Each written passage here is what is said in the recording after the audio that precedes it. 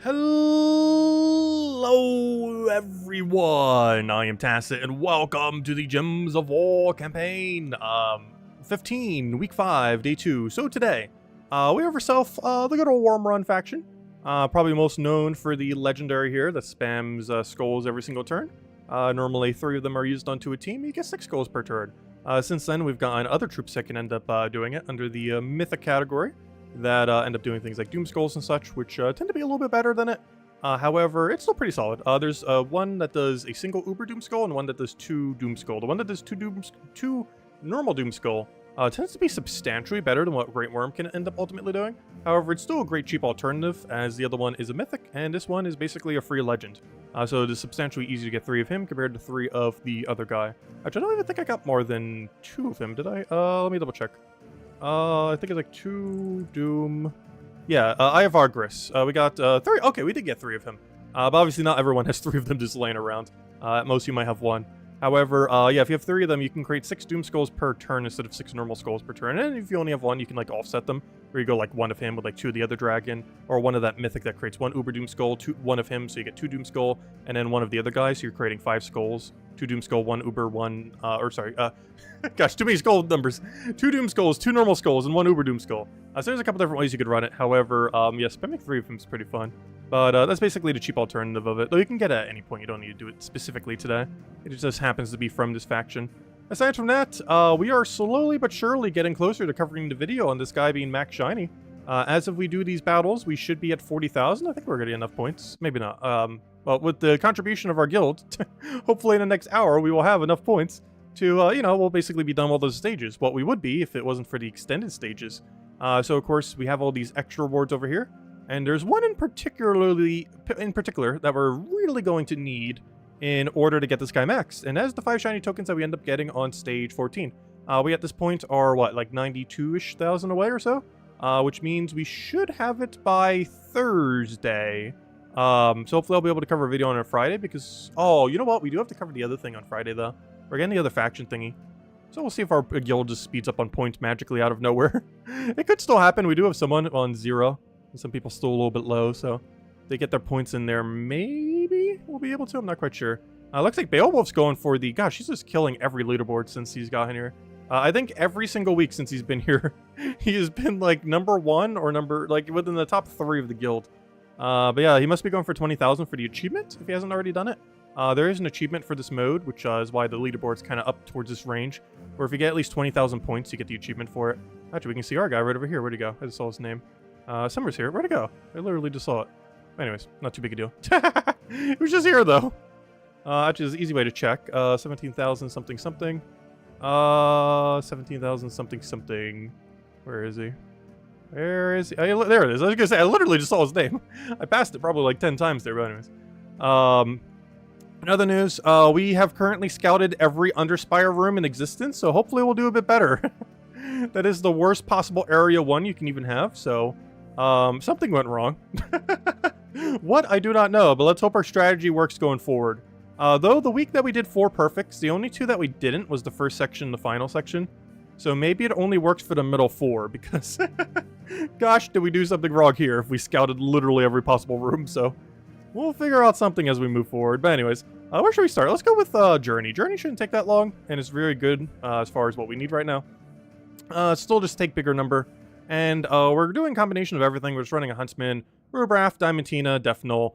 Biggest issue I see with this team is Death. Huntsman can die pretty easily, and then we don't really have a proper mana accumulator. Ideally, that won't happen. However, it can happen, and will probably happen. It hasn't happened yet. Though definitely can, and that is concerning. I'll take that one over for now. He'll do a thing. He does not get skull value. We'll just go for the poke. He gets all the mana he's ever going to need, and I think that is match. We'll go start distributing the damage down the line. Is there anything he could take right here? Yes, he could take that skull over there. I just want to do this until he has no skull he could take, and then hopefully do our turn. We do lose points every turn that goes by. Well, not every single turn, but at a certain point we start to lose points every single turn. But I'm trying to get the board state to a point where I can hit him. The problem is the board's not doing that, so I can't. It keeps cycling into a state where I don't want to give it to him. Come on, please. I just want to see a board that has no skulls on it. Is that so much to ask for? Is that so much to ask for? It keeps giving him a skull poke every time. There we go. Nope, not quite. Come on. How hard is it to get a clear board? Is Diamantina just one-shot at this point? Wait. It is. Well, not the way I wanted to win, but the way we shall. Oh yeah, what was that one baby dragon trick that's people were mentioning the other day? Because I don't think I fully comprehend how on earth you do it. Do you literally just spam baby dragon and it just makes this guy broken? Like him with 3 baby dragons, they all cast and then they go crazy? How much magic he has? Because my understanding, that's all you have to do, but I honestly have no clue. Is it really that easy? That's weird. Let's see. It is quite a glitch, to say the least. Okay, I'm trying to make it so there's no red on the board. Like an extra turn, which is gonna be hard with this guy. Honestly, we might just be spamming him until it gets into section at this point. Which I don't really mind. Because I'm trying to make the board state into a point where he can't take anything.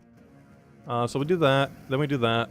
And then we just poke him one more time and that'll be match if you'll ever end his turn, please. Thank you. Skull damage, you're not enough. You know what it is, though. Poking him. Oh, you have spell reduction. Well, poke you again. Yeah, that does sound pretty broken. But honestly, I'm not sure we're at the damage range where we quite need it yet.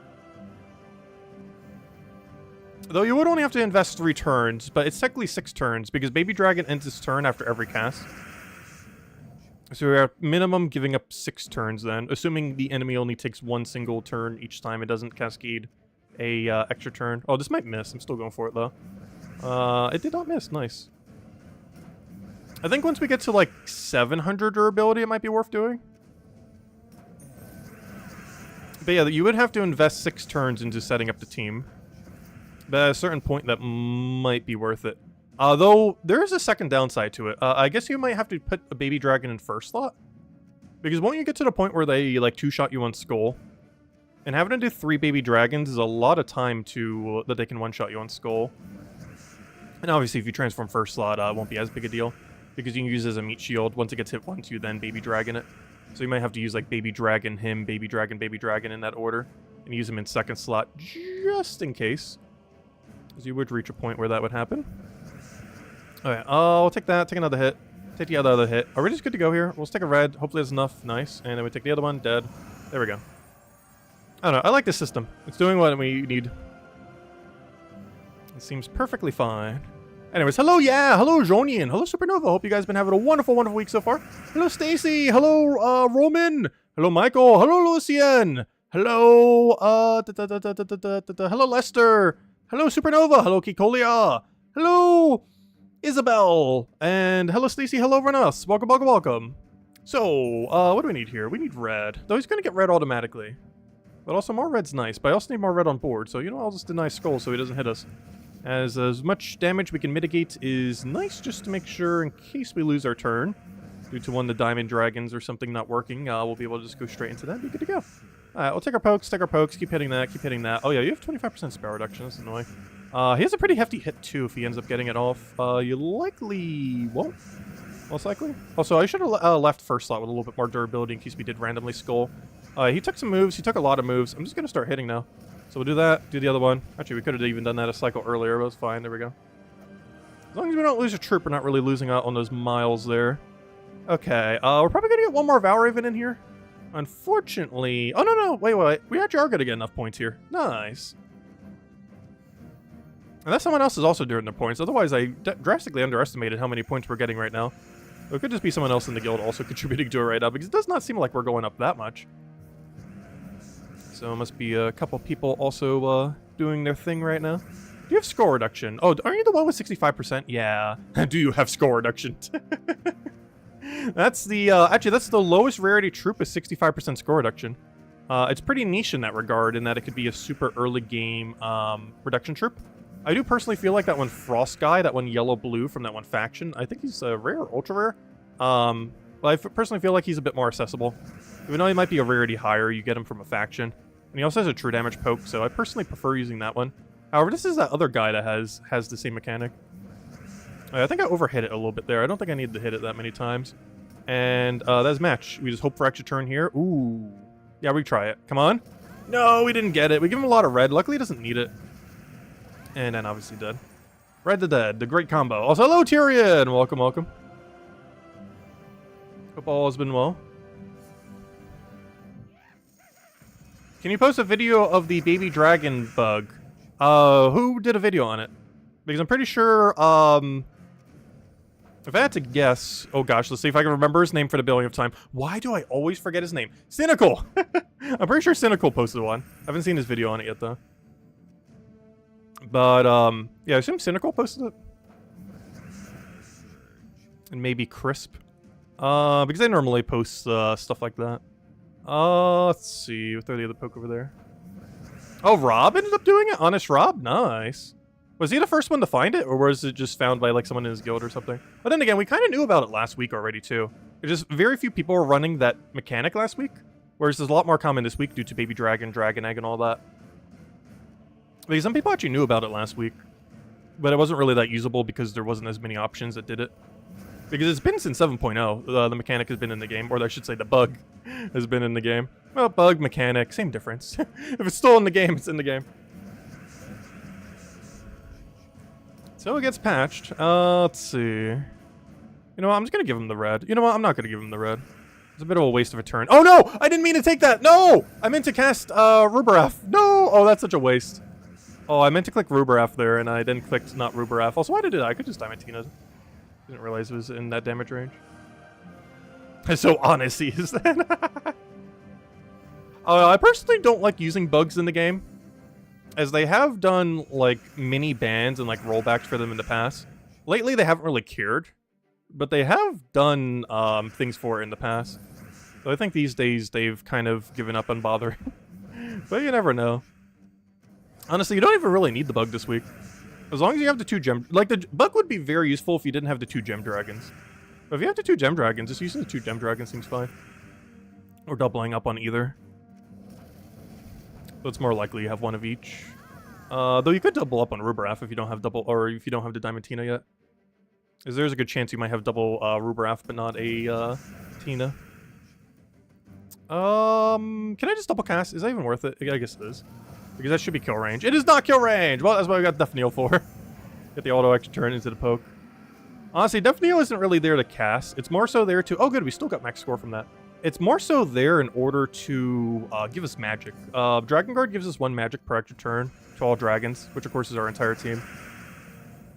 Which might not seem like much, but it's definitely adding up to be a lot of extra damage. Very slowly, but it does add up. Oh, why do I keep doing that? Especially when he's 100 mark like that. I shouldn't be doing that to first slot. When we already know they're probably going to get poked and lose almost all their durability and die anyways. Because now we overkilled first slot way too much.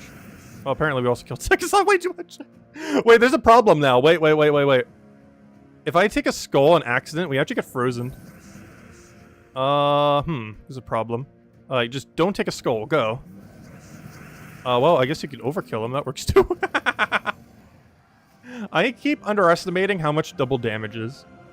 Because he double damages pretty much everything that doesn't have Impervious. Because almost nothing in the game has exclusively immune to Hunter's Mark. So unless they have Impervious, he's just hitting them like a truck. Because he's double damaging everything. It's not one of those that has like the 4 times damage, or a few of them that have like that weird 4 times kind of thing with Hunter's Mark. But 2 times is still a lot of damage. Even with no extra other benefits. Adds up very quickly. Alright, that's not gonna be enough damage if we cast both. Oh, you missed? You missed? How could you miss? Also, why did he stop taking moves? We'll take that one down. I wish we had freeze. Dragon Guard does not have freeze, and realistically, there's no way we could really put it onto the team. I'm just gonna move this over and try hitting for things. I'm taking way too many extra turns, though. We're just burning through turns. Though luckily that one was an extra. That one was also an extra. That should be match, right? Yeah, and then we just Ruberaf. I mean, not Ruberaf, Diamantina. Oh, we're almost getting a level, too. Nice. Ooh, the 75-pointer one. And look, our score is over 9,000! Wait, is the achievement actually only 20,000? Why does it feel like we have so much score? I know we got 3,000 from the thing, but why does it still feel like we got so much score? Is it 20,000? I could have sworn it is, isn't it? The achievement for the thingy? I don't know, why does it seem like our thing is so high? I guess the 3,000 really makes a difference.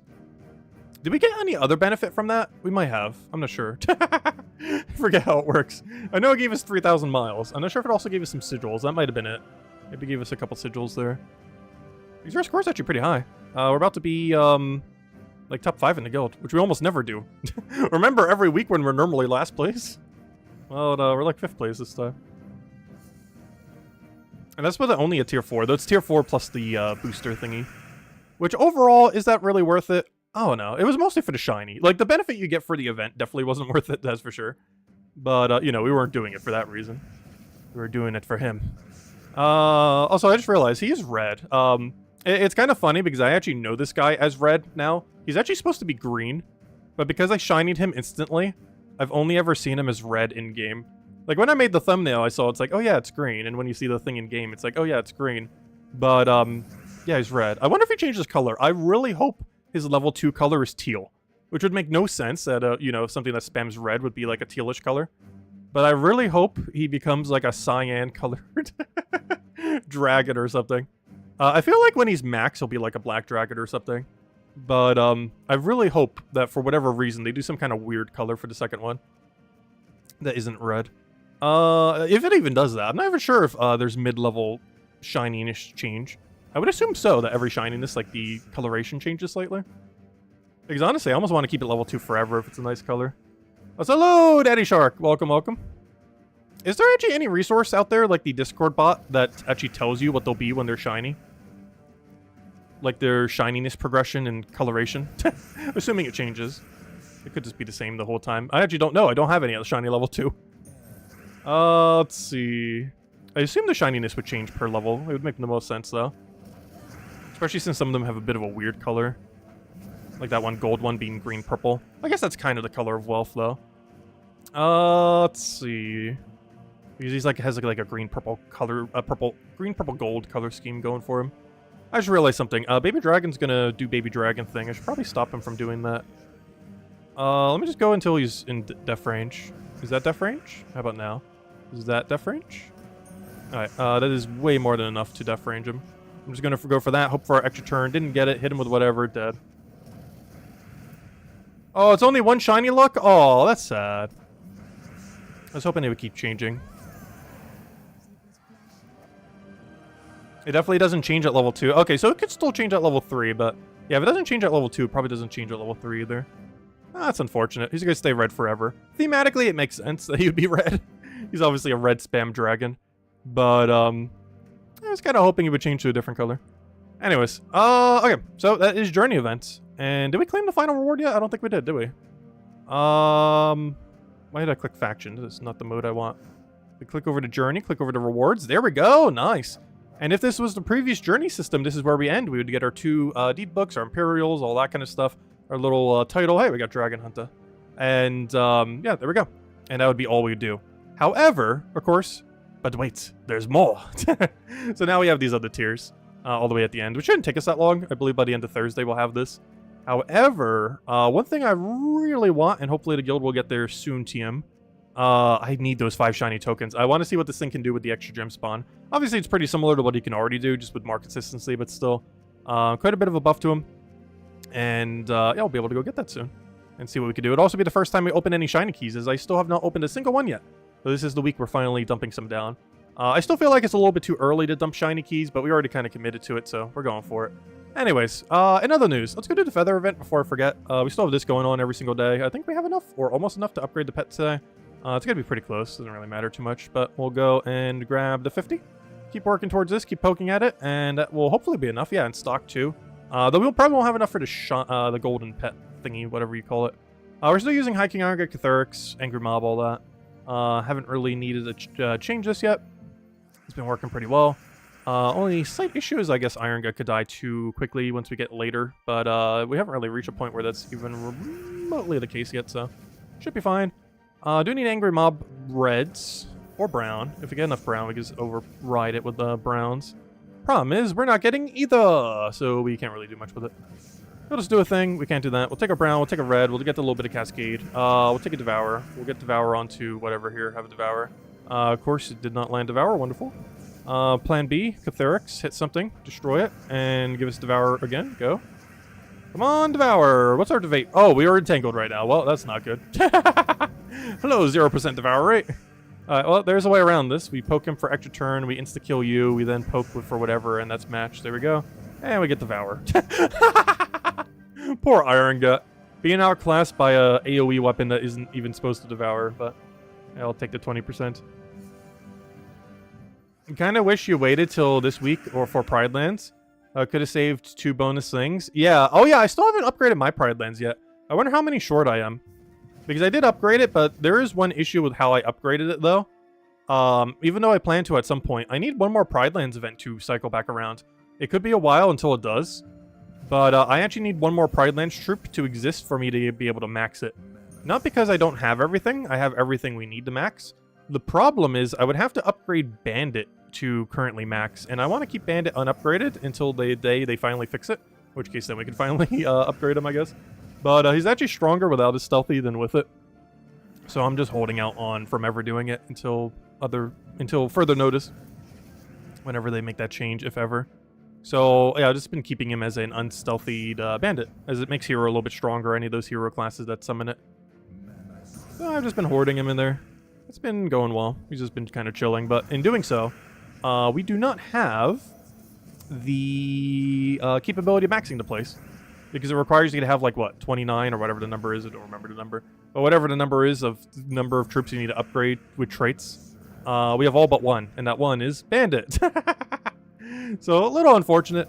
That could change in the future, but for now we are keeping him unupgraded. So even once I have enough red deeds, it'll actually be the first time where me maxing a kingdom is not blocked based on deeds, which is going to be very strange. There might actually be a point, if we don't get a Pride Lands event for like a year, there might actually be a point, or definitely would be if it's going to take that long, but there will be a point where I have the deeds to max Pride Lands to 30 star, but not another troop to be able to trait to be able to max it, which will be a very awkward situation if that was to ever happen. And we are getting to that point where that's going to happen, because realistically, I have enough red deeds for it probably by the end of the year, pretty close to that. Maybe not exactly then, but sometime pretty soonish. I would love if my mana accumulator didn't get lycanthroped. What am I supposed to do now? Just take moves forever? That was my entire mana accumulator. Gosh, I hate lycanthropy. It is still to this day, I would say, the most annoying new mechanic they have ever added to the game in the history of Gems of War. It is a very annoying mechanic. Honestly, it's almost more annoying than Deathmark. At least with Deathmark, you can resummon something there. A lot of times with lycanthropy, not only does it have a 5% higher chance, like, you know, 15, 30, or no, it's 15% chance per turn, whereas the other one is 10% chance per turn. But not only is it a higher chance that it'll end up doing something, but it leaves a annoying, generally useless troop, not always, but generally useless troop in the slot that likely has no synergy with your team, rather than the alternative, where when something dies, you can just resummon there. Like, you might not have something to resummon, but at least it's not blocking you. Whereas lycanthropy can just put a completely useless mana block troop in the middle of your team, or the front of your team, or wherever it lycanthropes, and it just really disrupts a team even more than just losing a troop a lot of times. And there's not much of a strategic benefit that you can use on the enemy team for it. Like, it only just hurts you. Like, you can't just build a team and hope that you're going to, like, lycanthropy the enemy. Like, more often than not, lycanthropy actually backfires more than it could ever end up helping you in most fights. As they can lycanthropy at a very awkward time that just does not give you any benefit whatsoever. Also, why is there so much green on this board right now?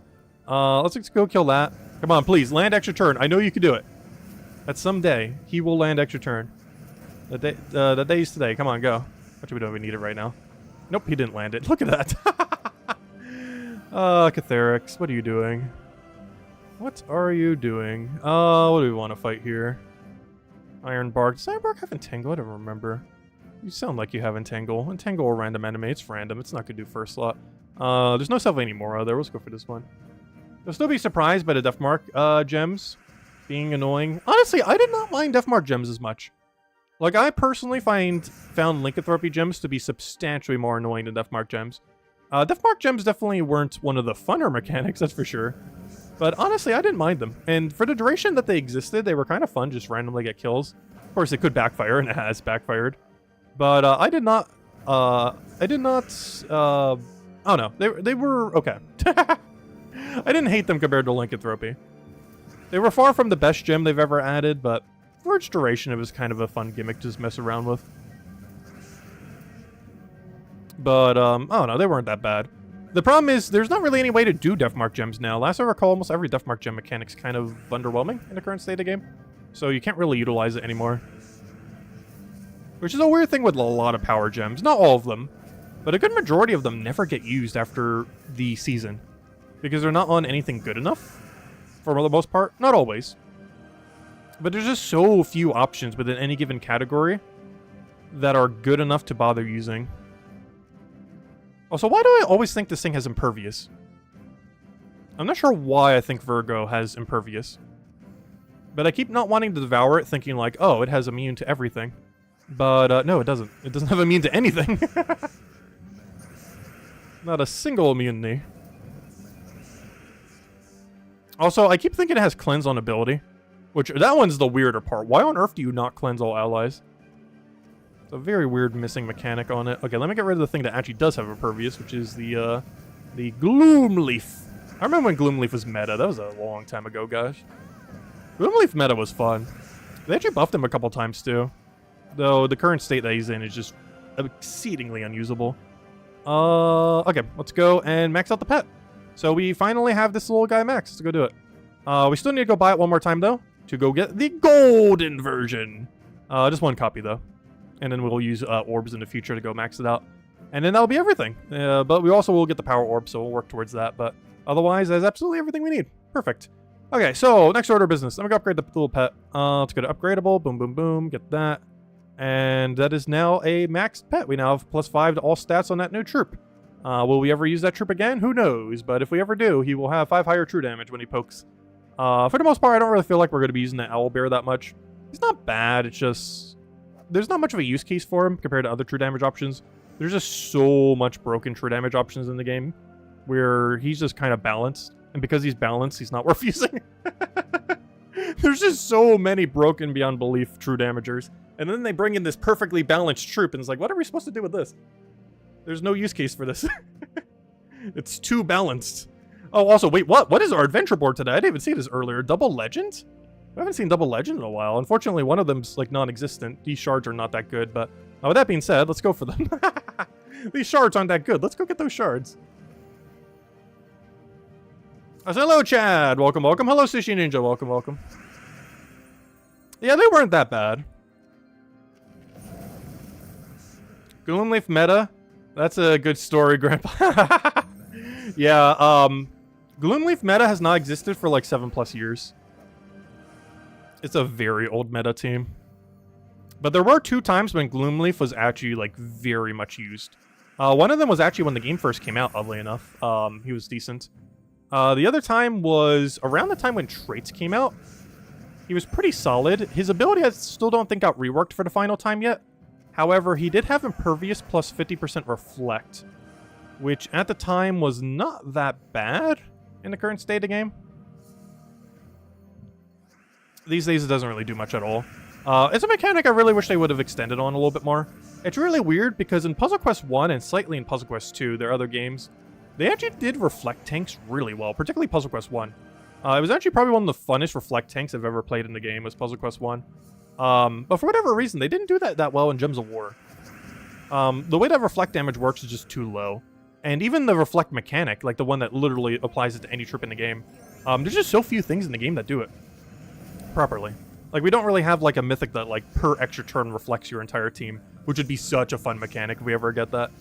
Because then you can just make, like, a recoil def team. Like, you can use it with, like, Lust, and then do it with, like, almost like trying to kill out your own team. And then constantly keep getting 50% reflect on the enemy whenever they hit you. So basically, just making it completely into a team where if you take any damage at all in any way, shape, or form, you just do all your damage back to the enemy. It's a fun gimmick that has a lot of potential that, I don't think has been fully realized yet with the lack of mechanics in the game. But you never know. Also, Reflect is one of the only few ways that you can do damage on the opposing enemy's turn. Which, that's still one mechanic I really wish they would add. The ability to freeze an enemy on their turn. Currently, the only mechanic that you can do that for is damage and stun. Where you can do damage through various things and you can do stun. There's currently nothing that does freeze or silence or something similar. Like, for example, there's a troop that says, when an enemy casts a spell, stun them. which means they will get stunned on their turn, not on your turn. But we don't have that for other mechanics that would be very useful. Like, imagine if we had that for silence, or we had that for freeze, or we had it for a silence and a freeze simultaneously. No, they would never do that, but it would be so much fun.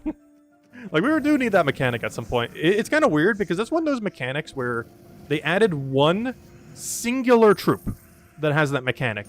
And then it seemed like, oh, they're going to release this for, like, every stats effect, like they do for some things. Like, you know, they'll release one troop, and then they'll add, like, 1,000 similar ones. And for whatever reason, they never did. I think the main reason is they probably saw the usage rate, and they saw the usage rate was really low. But the reason why the usage rate is so low on the stun guy is it's just stun. Like, stun's not bad, but stun alone isn't going to do that much. You start combining that with other mechanics, like you start bringing in curse, you start bringing in freeze, silence, other things that can actually do something substantial, like reflect. Gaining reflect as the enemy just does whatever. That can really help against infinite loop teams, and I'm surprised they haven't done that.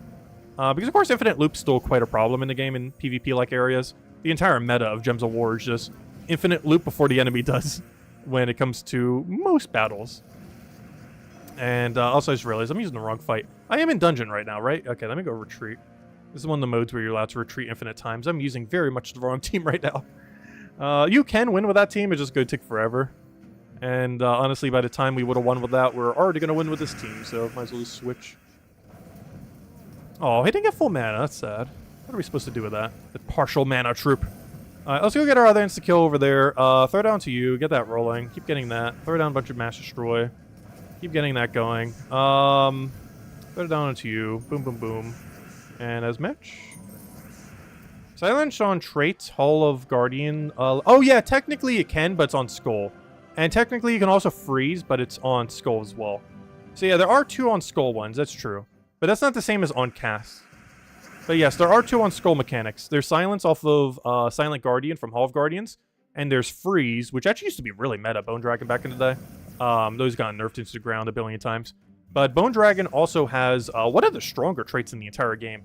It's a very anti-Skull kind of mechanic, which is basically the Skull version of Freeze, which is kind of what I was talking about earlier. I want a spell version of it. We currently only have a Skull version of it. But yeah, Bone Dragon has a very interesting mechanic. It is unique only to Bone Dragon. There's not a single other troop in like the 1,300 in the game that have the same mechanic. But basically what his mechanic is he retroactively pre-freezes on Skull hit. So let's say you have a first slot on the opposing team. It is not immune to freeze. It takes an extra turn Skull, 4 times or 5 times. What would normally happen, of course, in most situations, is you would hit the enemy, get your extra turn, and then get frozen. However, Bone Dragon works a little bit differently. He actually freezes you preemptively. So you will get frozen before you get checked on your extra turn. So you'll take an extra turn Skull against it, and then you will lose your turn. And that's very strong. It's a really good, like, anti-Skull measure, especially when Skull damage used to be a little bit less broken than it is now. Especially with, like, Zolgoth and everything. But, yeah, it used to be really strong back in the day, especially with his ability just doing, like, 1 billion skulls, because it didn't have a cap based on how much armor it tore, and it tore all armor. So back in the day, it could, like, literally fill, like, 60, 64 skulls, something similar to the board.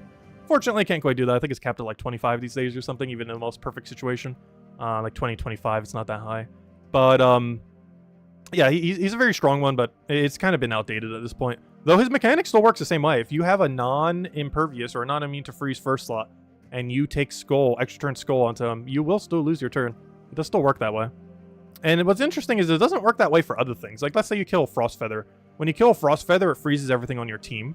However, that does not pre-freeze, like Bone Dragon's does. It'll still freeze you, but you still get your extra turn for the Skull that killed Frost Feather. Obviously, if you took another extra turn after that, you'd still be frozen. But the extra turn that you took initially on it does not get frozen. Whereas you do that to Bone Dragon, it will get frozen, and you will lose your turn. Anyways, next thing. Let's go to Underspire. So we have currently scouted every possible room in first section, giving us the worst possible first section that can physically be done, so we're making great progress. Let's continue.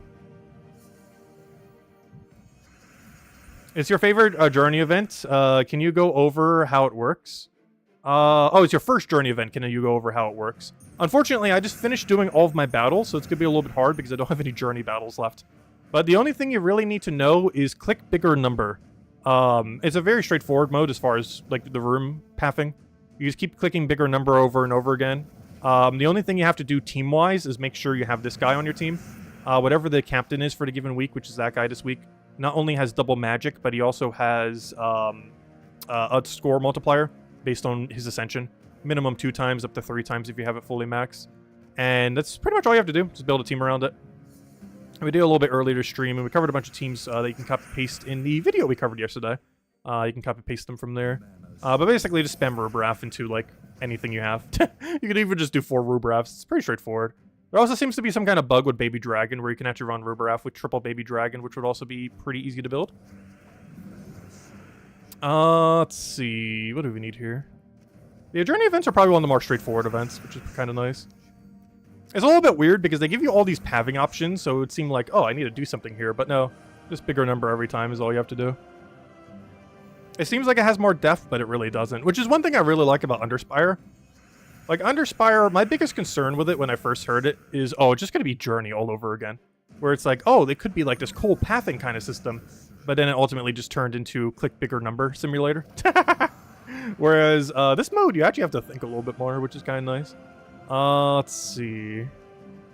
Okay, so far, one thing that has not failed us a single time is if we go to higher level to find initial gate, it has 100% of the time been correct so far. So let's do that first, and then we'll figure out how to incorrectly find the boss room. Or who knows, maybe all the strategy we've been doing, like all the extended ones to try to find the boss room, only works on the middle 4 and doesn't work on the side rooms. Because I'm starting to think that, given that the only 4 we got perfect last week were all middle rooms. The first and final ones we did not get a perfect on. Which somewhat makes sense because they are set up in a slightly different way. The first floor doesn't have a merchant room because it's on the path, which is an outlier, so it's substantially different in how you tackle every other floor. And the final floor is slightly different in that it has 2 boss rooms in a sense. Well, it's technically not 2 boss rooms, it is still technically 2 boss rooms. Okay, so 25 and 32. So based on what we know, the primary path should be over here, and the boss room will probably be over there, off of 1 level off of next path. So let's go over here and see. There is a chance it will be off of this path that we're getting up to soon, unless it just goes directly to the room itself. But we'll find out when we get there. But yeah, the primary path thing does seem to be correct, though. I have yet to see it fail. Though some people in chat were mentioning that it was failing. Like, just following the higher level for initial path. I personally have not seen it fail yet, though. For side paths, yes. For primary path, no. And by primary path, I'm referring to the path from seal door to seal door. Okay, we'll take that one over. Also, I feel like Bless is really hard to see. Does anyone find Bless hard to see since the change that they made to these cards? Actually, there's a lot of things that are hard to see, but they kind of moved where it's aligned on the card compared to before, just to make it a little bit easier to see because of all the stats effects. But when they're only Blessed, I feel like it's harder to see on the troop compared to what it was before. It makes it easier to see when you have like 10 stats effects on the troop. But when they only have Bless, I personally find it harder to notice that they have it or not. Yep, there's the door, 100%. Okay, so now, moment of truth. What way do we think the boss room is? Should we go down this way? I'm not sure what I think. If it is down this way, it's only a 4. It's gonna dip over there. Oh no, do we want to head to this dead end? Do we want to go waste 3 torches to head to this dead end right now? Well, let's go get some info. What does this do? Oh, I'm out of torches. I didn't buy any yet today, did I? Let me go do that. Alright, we're now up to 200 gems spent. Let's see. I'll buy more if we fail. How about that? Yeah, it's on all the cards on the side. But that's what throws me off about it, is that it's on the side. Like, it's so easy to see now, but the fact that it's not in the middle makes me not notice it. Because most effects apply over the card itself, as you would expect. But it applies, like, to the side of the card. Oh, no, don't double path me. What are you doing? This is gonna be such a dead end. I'm still moving down this direction, though.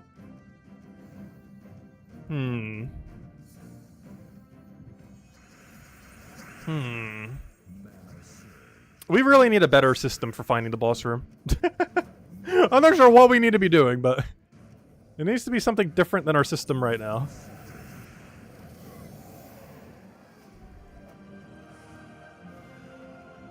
I almost think it's 4. I almost want to go for the 4. Okay, we got a 43 and a 42. No, it did the thing. Okay, so there is one thing that we have seen that currently has not failed us yet. And it did seem like this was going to be a 4 based on where it went. But then again, this could still be the full 6. Never mind, there's enough room for it to go all the way over there. What am I even saying? But, yeah, it's going to go there, boom, boom, boom. Okay.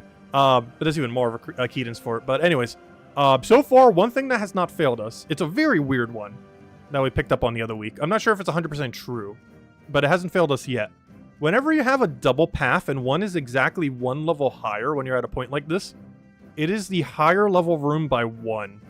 I'm not sure if this is always true, but it has yet to not be true for us. So let's go to our dead end and see. So far, this has always been the correct path. Until today, where it's not. It failed you yesterday? Where? I don't think it failed us yesterday a single time. We were doing it based on a different metric last time. Because we didn't do a one-off. We didn't have a single point where we had a one-off. This area before where we had a double path, they were both the same level, so I couldn't do the one-off method. So there was no area last time where it did it. What I was doing yesterday where we scouted every single one of these rooms, we couldn't do the one-off method because there's not enough level range for it to be one-off there. We were doing it based on level, but we weren't doing it based on the one level off method. So it did not fail us yesterday. Because we never had a single instance where we could check it yesterday. And that was our whole problem, is there wasn't one. Because I was trying to find one to use that as the way to be like, oh, there it is. But we never found one the entire time. I'm not sure. But, I guess the first section just doesn't have enough level range for it? I'm not sure. The first and final section have way different logic than the middle 4 from what I could tell. Okay, there should be 100% this is a boss room, otherwise the one-off method doesn't work. But if this is the boss room, then it hasn't failed us yet. Keyword on the yet, because it still will. It probably still will at some point. But it didn't fail us yesterday. What failed us yesterday was a completely different system. But we didn't actually have a one-off opportunity. I will put that down. We failed in every possible way, though that was not one of the ways we failed yesterday. Even though we scouted every possible room. Okay, moment of truth. Is this boss room or dead end? Okay, it is boss room. Hasn't failed us yet. Interesting. That's really weird. That is such a weird way. Well, we have one perfect section now. Let's make up for our horrible first section. And hope we can at least perfect the middle 4 like we did last week. So you know what I'm actually going to do? I really shouldn't. But I'm going to throw 150 one more time and move forward today. And then every week for the rest of this week, we're only going to throw 50. And this will bring us to a lower cost than last time, while still completing everything, most likely. So I'm going to go for it. Throw down another 100. We are now spent 300 total gems. And with those 300 total gems, yeah, we'll just start spending 50 per day from there then. All right, let's go take our little thing. Oh, no problem, Mr. Z. All good. No, it wasn't a similar situation the other day. We had a lot of weird situations, but not that particular situation. Though it is understandable to make that mistake, because gosh, did we make every possible mistake yesterday. I'm not sure what happened yesterday. However, that particular scenario did not occur. But every other possible scenario did. I'm not even sure what to make of that. How did we even manage to hit every single room? We haven't done that in a while. I'm curious if the final section is going to be like that too. Because the system we have seems to only work for the middle 4. As in, these 4 right here. It does not work for the first one, and it does not work for the second one. So if anyone has any strategies to consistently do the first or 6th area, let me know. Because I think we have fully solved the 2nd to 5th section now, at this point. However, I have not the slightest clue how to do the first or final. As they both run on different logic. Okay, we'll throw down that one. Skill issue, I know. RNG better. Though, honestly, one thing I was kind of surprised by, there is a lot less RNG involved in doing Underspire than we initially thought on launch day. Like, yes, there does seem to be some amount of RNG, But it is way less than what was initially thought of to be there. Because most of it's pretty predictable. Not all of it, but a good number of it. Also, I would love if I could get some mana here. Let's see. What do we need? I'll just move that over. Hope for yellow from Sky. We actually got it. Wow. I'll take the other red. Your best strategy was to have no strategy. That can work too. Honestly, some of our earlier week strategies did kind of do pretty good. Though we have been improving since. Though this will be a week I don't think we're going to improve compared to last week. Actually, it's physically impossible. I only missed 5 torches last week. It was by far our best week we've ever had for it. Alright, so as soon as we get this double path, whatever one is higher level is the way we should go. And that is 100% going to be the correct way, as that has not failed us yet. But we'll see what happens. So we should have 2 paths. One of them is a higher level. We go down the path that's higher level. This one is 52. This one is 45. The path is this way. So we shall go this way. The strategy for middle 4 goes follow higher path to find primary path. Then use 6 off strategy, sometimes 4 off, but use 6 off strategy in order to find boss room. And then use the 1 level off strategy to find the correct intersection. And from what I can tell, this is not the case on final floor. Or on first floor. But for the middle floors, I believe first intersection can never be boss room. I think it's almost always merchant, actually, oddly enough. I don't actually know because we don't normally go all the way down it to see if it's merchant. But it normally is. Like, if I go right over here, I feel like we're going to find merchant. I don't want to check, though, because it's going to be so many torches. There's at least, like, 6 torches to go reach it. But I'm pretty sure it will lead to merchant path. Like, if we kept going down this, it'll almost guarantee end in a merchant. I am pretty sure. Which is one strategy that is nice, because if we ever do get, like, 100% consistent strategy on knowing where merchant is, you know, we could just never go down that path, which will help out a lot. That's not to say that merchant is guarantee over there. I'm still not sure if we do have a strategy yet for guarantee finding merchant. You don't actually want to find it, which is probably the reason why we don't have as much data. Because you actively don't really want to try to find it. There's no point in getting it. But anyways, that's all of our torches for now. Every subsequent day, I'm only going to throw for 50 gems. So currently we've thrown 300 gems. And now every day going forward, we're going to do 50 at a time until we get it done. And we'll go from there. But anyways, guys, let's go hand out a code. We still haven't handed out a code yet. How many codes tonight? Hopefully 2, if I remember to hand out any. Also, remember when I said earlier when sometimes one of my computers wants to update and the other one doesn't?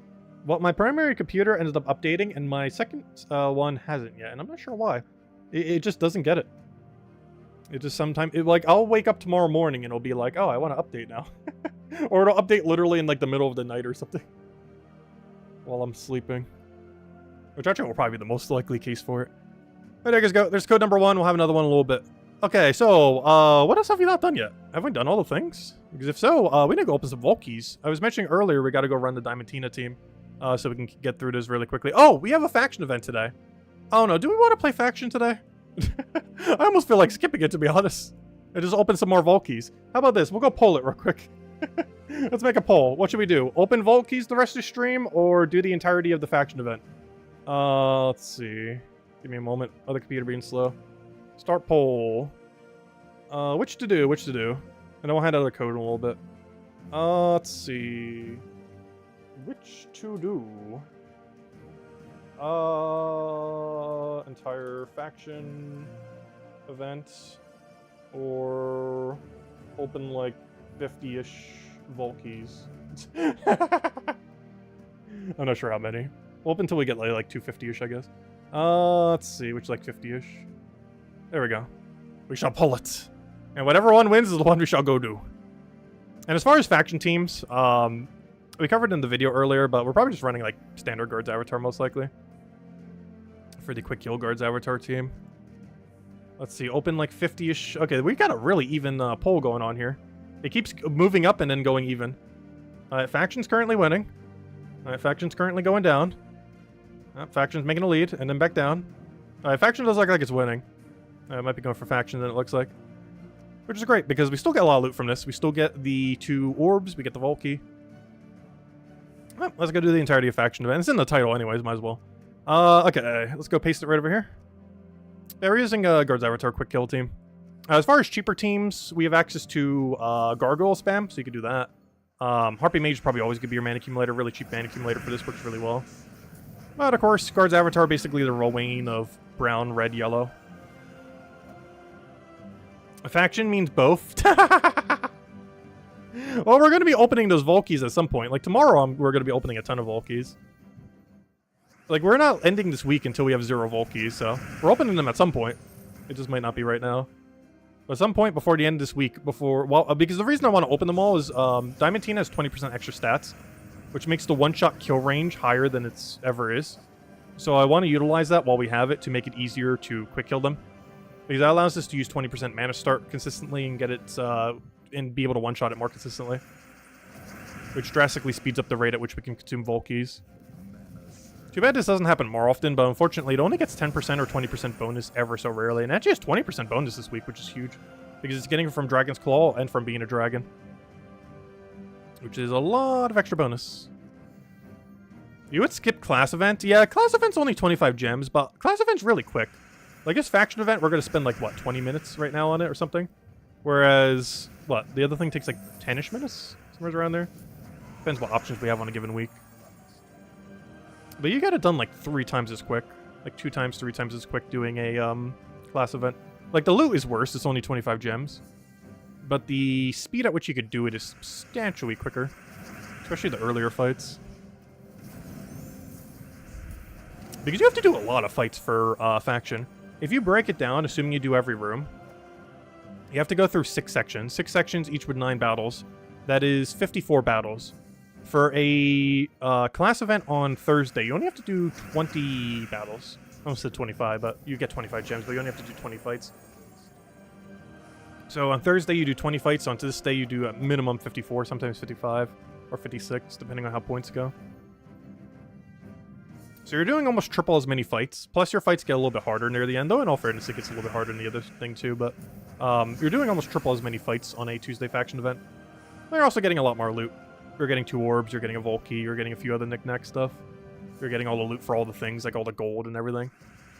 The overall loot relative to time, I think actually is a little bit better for the Tuesday faction event. Which is kind of funny, because I think I've skipped more Tuesday faction events than I have Thursday class events. But the ratio of loot to time is actually better on Tuesday faction events, for sure. Speaking of faction events, why does it always start at level 20? I have no clue. It starts at 20 instead of 10. Like, you would think it would go like 10, 20, 30, 40, so on and so forth. But no, it always starts at 20. I have not the slightest clue why. I don't think anyone even asked during the beta. I was actually still in that beta back in the day when we were actually bothered doing them and they took feedback. But I don't think anyone even questioned, like, oh, this faction is starting at level 20. Why is that? Why not level 10 or something? I don't think a single person mentioned it. Nor myself. Like, we asked them a lot of things that was, like, really weird about the event. Some of which they changed, most of them they didn't. But, it never really crossed our minds that, hey, isn't it a little bit strange that starting at level 20 and not 10? Oh no, it's just always been a thing. And, I don't know, just always been 20.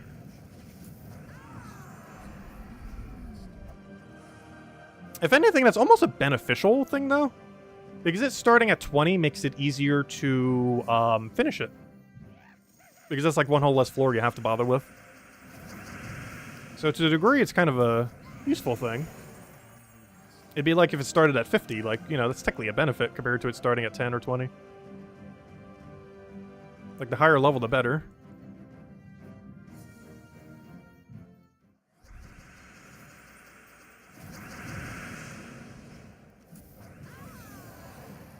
And by that, I mean, like, as far as finishing the faction. It wouldn't be better for Tuesday events, but it would be better in the sense that, if you were just trying to get to 500 pure faction, it would reduce the time that it would take to get there. Not by much, but by slightly.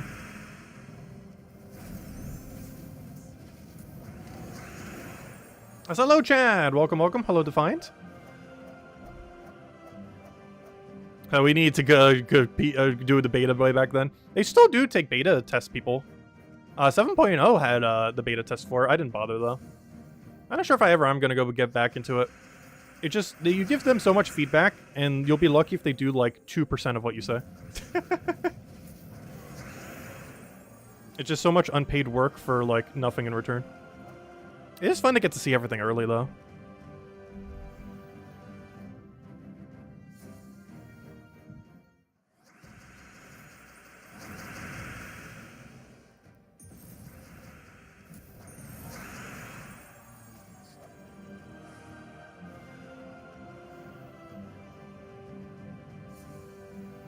I said hello to Chad and, wait, I said hello to Bill, didn't I? Hello, Bill. Welcome, welcome. Did I say hello to Bill? Welcome. I thought he was already here. He was just saying hello to other people, but hello, Bill. It tends to happen every single stream. I tend to think someone's already here and then never say hello to them. That's definitely happened before on accident. Many times. Probably every week. Let's see. What do we need here?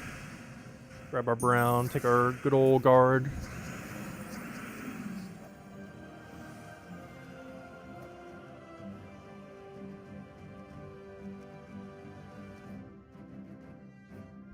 Yeah, we're almost halfway there.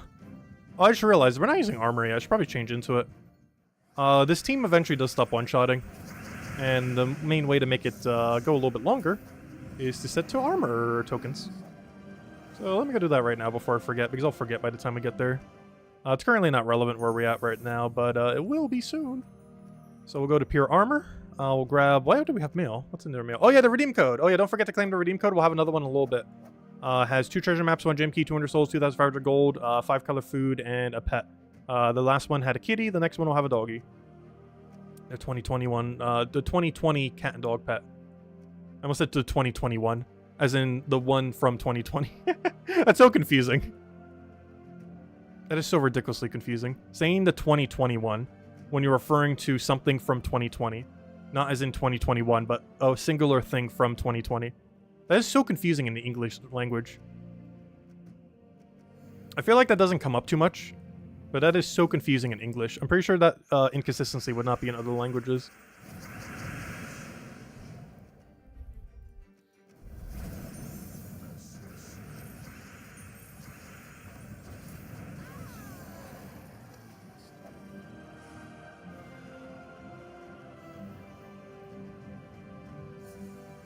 Yes, the 2021, not the 2021.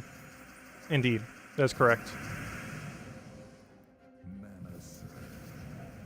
That sounds so confusing in English.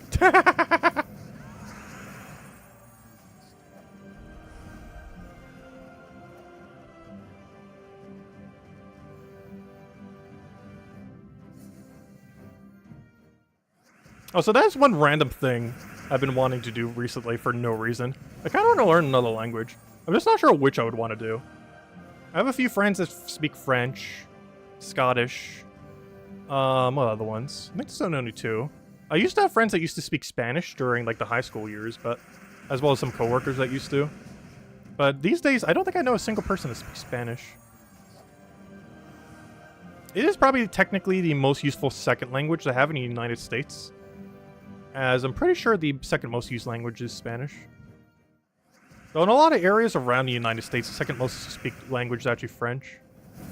Like if I go up to Canada, I'm pretty sure French is more common than any other secondary language.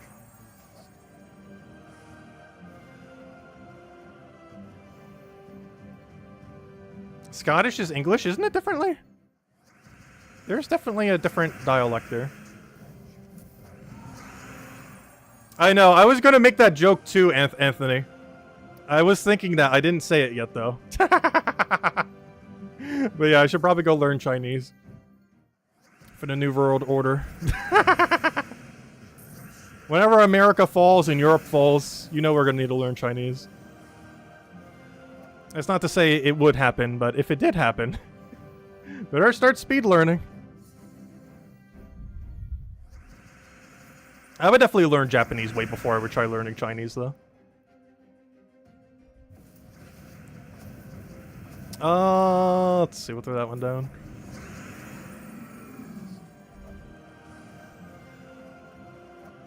Yeah, within the United States, I would say Spanish is the most useful second language. It's also the one I know the most of. And that is a very, very small most of. Because I understand like how Spanish sentences are structured more than in any other language at the moment. And honestly, it's not that hard. It's more so just knowing every word in existence. And my bigger issue, pronouncing every word in existence. Because you know how we pronounce the English language. Do you know how bad I am at pronouncing Spanish? If you think we mess up words in English, just wait till you hear us speak not English.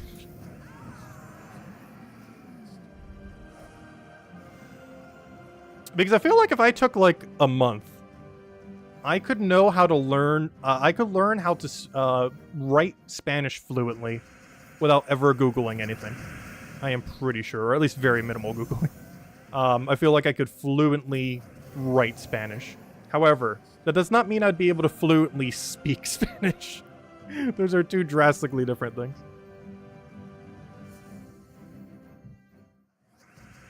Why don't we call our language Americanese? Because it didn't come from America. Didn't it come from Europe? Because it came from England. And then we, like, seceded from England. And then we're like, hey, we're our own country now. And then we did that, like, a couple hundred years ago. Because that's actually pretty recent. If you think about, like, the entirety of time, America only succeeded from England, what, 300 years ago? It was, what, 1776? I failed history. What year was it? Pretty sure it was 1776. History was always my least favorite subject out of anything. I do have to say, I did like it a little bit more in college with one of the teachers I had. But every other class I've ever had for history, I've absolutely hated. I only had like one good teacher ever for it. And it was one that I had for one class in college. Every other one seemed very underwhelming, or I just completely hated the subject.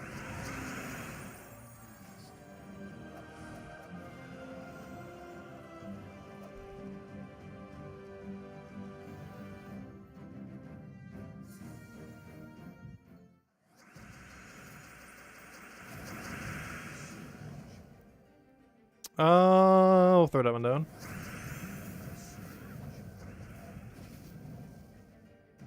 Take the other one.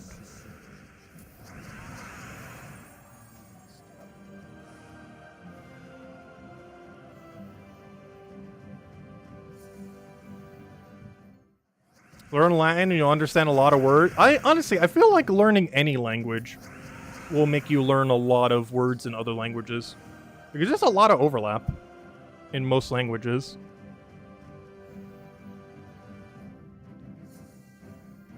The problem is English probably has like the least amount of overlap. But if you do something even just like Spanish, and then you compare it to like any other language, like you'll still see a lot of similarities here and there. It's one of the reasons why learning languages tends to be like, after you get past 3, you can pretty much almost learn them all. With obviously some exceptions. But, because there's a lot of similarities across many languages. So once you start learning a few, you already got the basic, you're already like halfway through the door on like any other new language at that point. Let's see, we'll take that one down.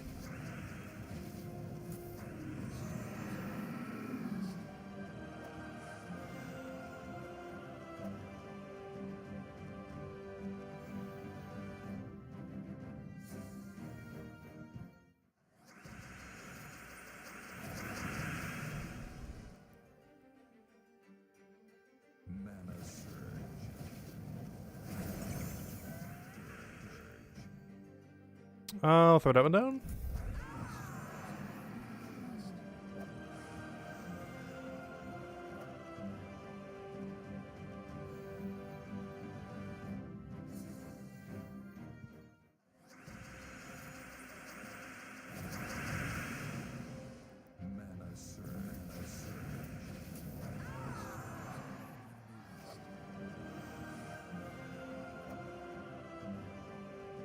Do I remember that one Carl Sagan TV show? No.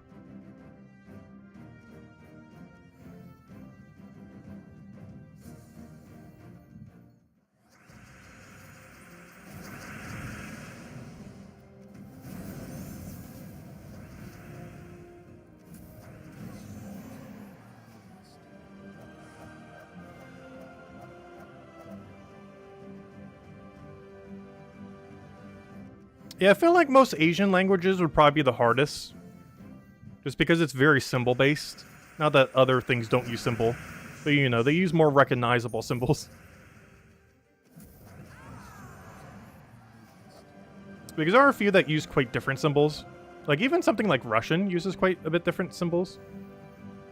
Compared to what you would be used to. Whereas a lot of the other languages, despite having different characters, have relatively similar characters. And I would assume that, like, some of the Asian languages have similarities between each other, but not as much similarity between, like, every other language. As far as how it's written.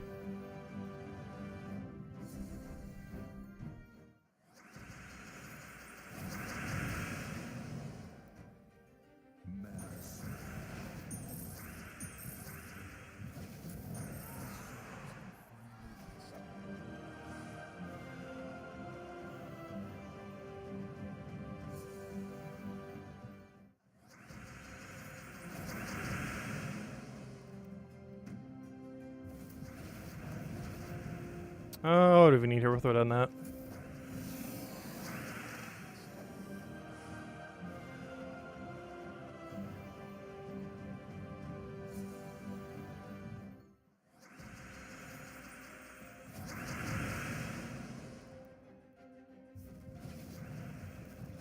Why are you not full mana? Could really use that.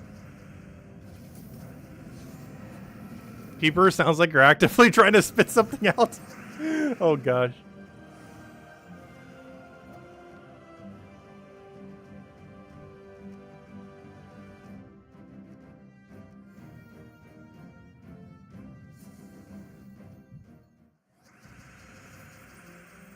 On a regular basis, I haven't really heard too many other languages being spoken. Even though this is a very tourist-heavy area, like, very rarely do people speak, like, not English a lot of times. Though I did hear some Italian when I was in New Jersey, seeing family. Or I assume it was Italian based on the accent. It's one of those accents where you hear it and it's like, gosh, that sounds like a generic Italian accent. And it's like, oh wait, someone's actually speaking Italian. Like the most stereotypical accent you could possibly think of.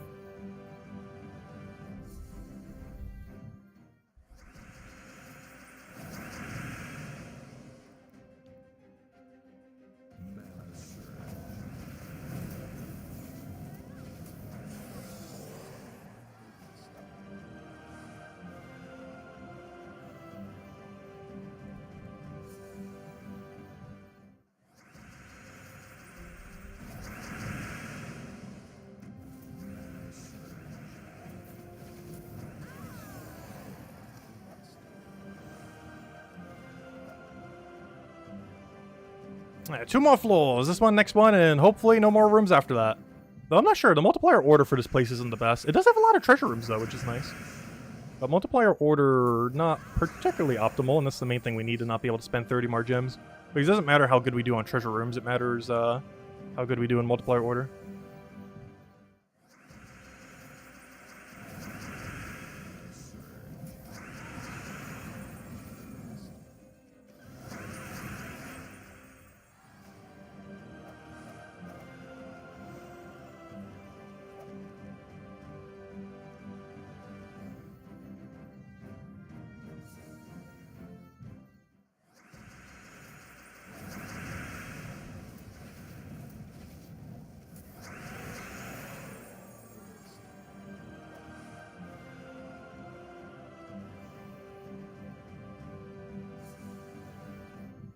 Do you know that Yoda speaks French directly translated into English?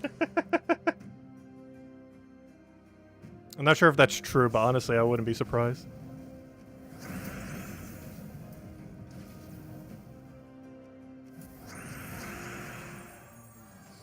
Humans doing their best to speedrun existence? Pretty much. Honestly, I could see us destroying ourselves within the next 100 years. The rate at which technology is advancing is just way too fast. And I'm not talking about like an AI apocalypse or anything like that. But we are definitely going to do something within the next 100 years with how quick technology is advancing that will completely just wipe everything.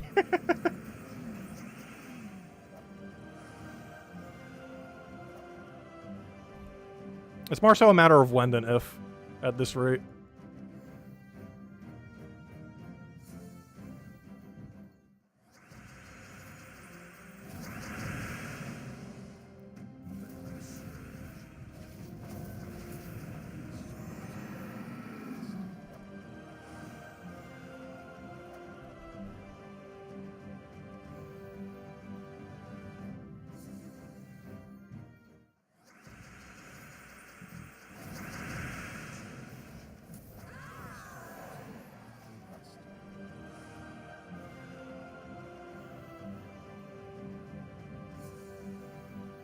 What did Yoda say when he saw himself in 4K?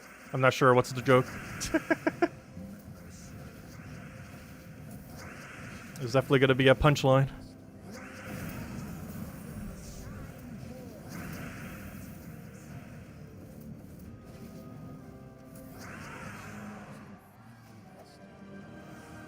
I still have never... Actually, that's not true. I've only seen one Star Wars movie from beginning to end. And it was one of the more recent ones. One of the more recent ones, I actually got a lot of criticism, oddly enough.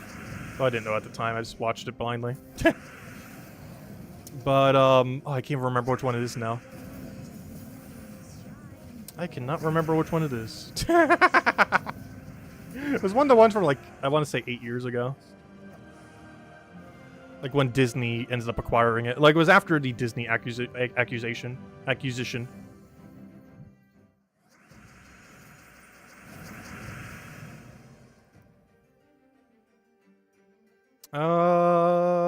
Wait, we'll take that one over.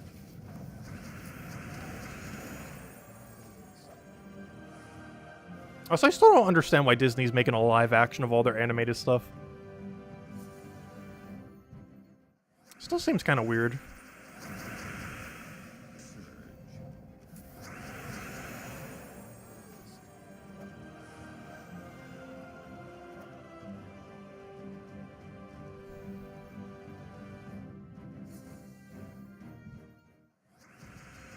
What do we need here? Last Jedi, Rise of the Skywalker. Last Jedi sounds correct, so yeah, probably that one. Why, is that one that was about 8 years ago or so? 8 to 10 years ago? Accusation? I almost said accusation. I meant accusation. Did I say accusation? I meant accusation. Same difference. Two completely different words, but you know what I meant. But yeah, accusation is what I meant to say, not accusation. Two very different words.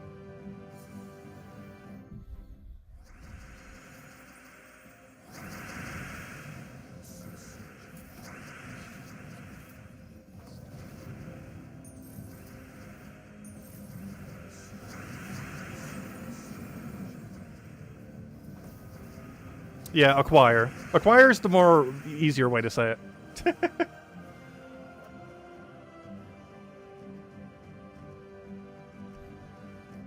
Alright, did we get it? Yeah, we did. Okay, multiplier was fine. There we go, we have completed the event.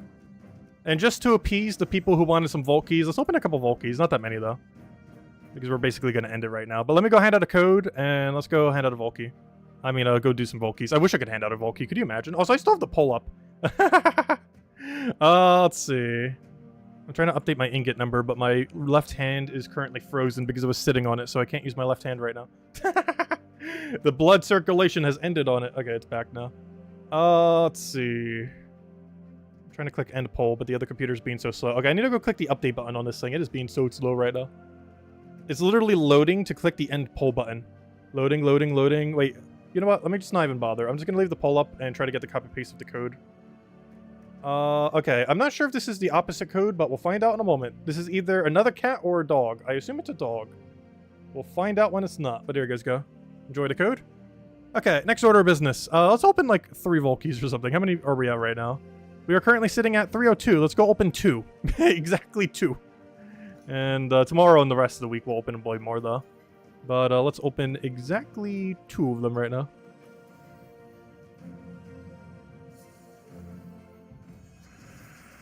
And we're gonna upset 42% of our audience. Majority rules. No, we're gonna be doing plenty of Volkies. Like, we're doing the Volkies regardless this week. It just wasn't now.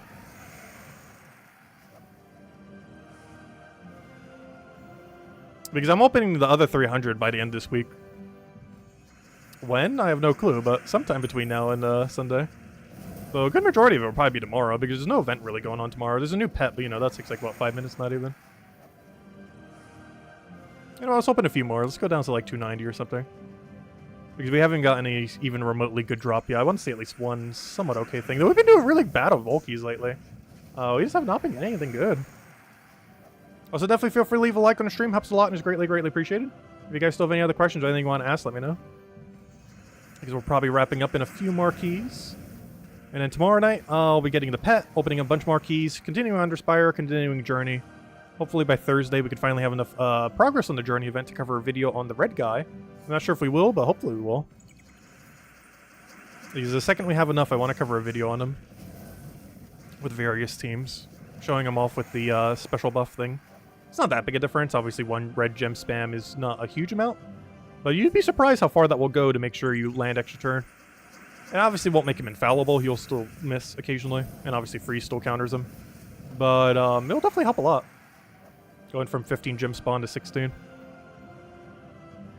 Because we see that a lot too. Like, one of the more common buffs is when something goes from 9 to 10 within the game. It is very noticeable how much better the thing with 10 does compared to 9. And while a 15 to 16 increase is a smaller margin of difference, it's still enough to make a difference. You reach a point where you're putting so many gems onto a board where you're almost guaranteed an extra turn. Like, if they ever created something that consistently created, like, 25 gems, you know how consistent that's going to be? At, like, always, like, essentially 100% extra turn rate at that point. And 16 is one of the closer ones we have within the game. There are the ones that can do more than that, but they have it in, like, a weird condition that might not be as doable. Whereas this thing is 100% consistent. You just keep spamming as long as you don't lose a troop on your team. Otherwise, they'll still have the full boost ratio. Alright, 3 more keys. Oh, good, it is a dog code, so we did hand out one of both. Hey, why make something new when you could just refresh old successful stuff? True.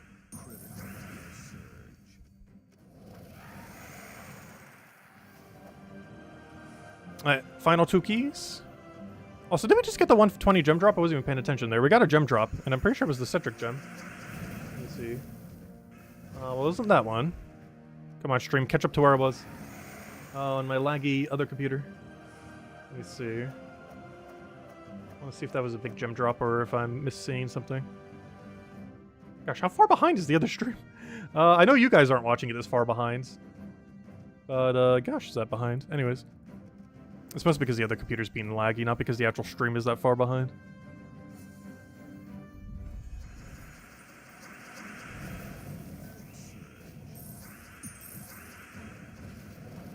Alright, final key. Anything good? It could be. It's okay, I guess. Honestly, 1 gem key and a purple orb. Well, that is far from what we want to see.